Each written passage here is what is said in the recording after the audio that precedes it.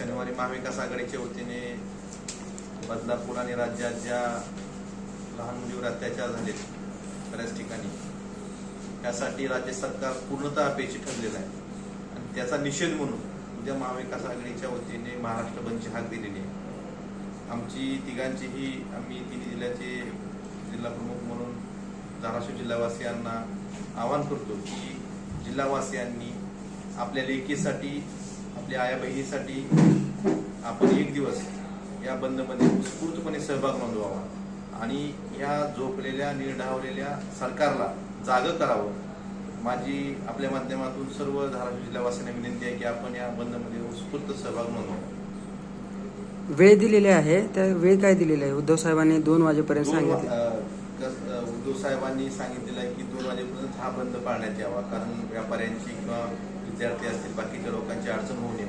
2 वाजेपर्यंत हा बंद राहणार आहे आणि यासाठीच आम्ही सर्व कार्यकर्त्यांनाही महाविकास आघाडीची विनंती करतोय, सर्व सामाजिक संघटनांना विनंती करतोय, सर्व व्यापारी असतील, छोटे छोटे उद्योजक असतील, या सर्वांना विनंती करतो की आपण उत्स्फूर्तपणे उद्या दुपारी 2 वाजेपर्यंत बंद पाळावा आणि जे निर्डावलेलं सरकार आहे, ज्या एका लहान मुलीची फिर्याद घ्यायला 12 तास त्या सरकारनं लावले, ज्या उत्स्फूर्तपणे जी लोक आंदोलन करत होते त्यांना भाडोत्री म्हणलं गेलं, असे हे निर्डावलेल्या सत्तेची मस्ती असलेल्या सरकारला जाग आणण्यासाठी आपण उद्याच्या बंदमध्ये महाराष्ट्र पूर्ण सहभागी होणार आहे.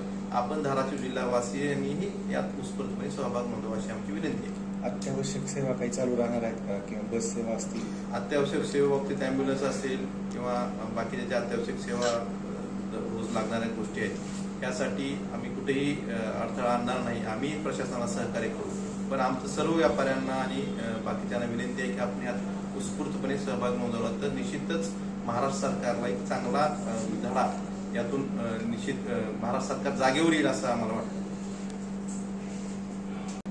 परवाच घडलेल्या बदलापूर घटनेबाबत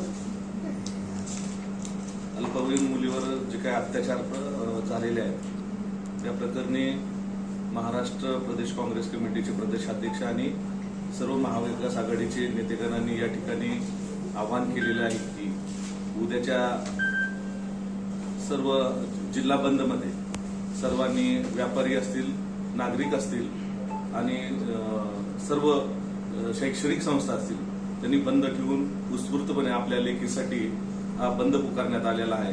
त्याला सर्वांनी पाठिंबा द्यावा. तसेच सर्व तालुका अध्यक्ष, काँग्रेस पक्षाचे सर्व पदाधिकारी यांनी सुद्धा या संपामध्ये आणि बंदमध्ये सहभागी व्हावे असेच या ठिकाणी मी आवाहन करतो. महाविकास आघाडीच्या वतीनं उद्या सकाळीपासून दुपारी 2 वाजेपर्यंतचा हा बंद राज्यातल्या लहान मुलीपासून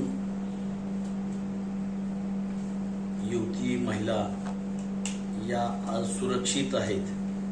हे राज्यानं मागच्या 8-10 दिवसामध्ये झालेल्या विविध घटनांमधून बघितलंय. त्याचा निषेध करण्यासाठी महाविकास आघाडीनं उद्याचा हा जो बंद ठेवलाय त्या बंदमध्ये संवेदना असणाऱ्या सगळ्या नागरिकांना, शेतकऱ्यांना, शेतमजुरांना, सगळ्यांना, महिलांना विनंती आहे की उद्याच्या बंदमध्ये त्यांनी सगळ्यांनी सहभागी राहिलं पाहिजे. यामध्ये पक्ष अभिनिवेश न आणता उद्याचा बंद या महिलाच्या अत्याचाराच्या विरोधात आहे. तो आपण या जिल्ह्यामध्ये, धाराशिवमध्ये सगळ्या नागरिकांनी स्वयंस्फूर्तीनं पाळावा आणि राज्य सरकारला दाखवून द्यावं की हे सरकार निकम्म आहे. या सरकार संवेदनाहीन आहे. महिलाच्या दृष्टीनं अत्यंत निष्काळजी सरकार आहे. हे उद्या आपण या जिल्ह्यात कडकडीत बंद पाळून सगळ्यांनी पाळावं ही सगळ्या जनतेला, राष्ट्रवादीच्या सगळ्या कार्यकर्त्याला विनंती आहे.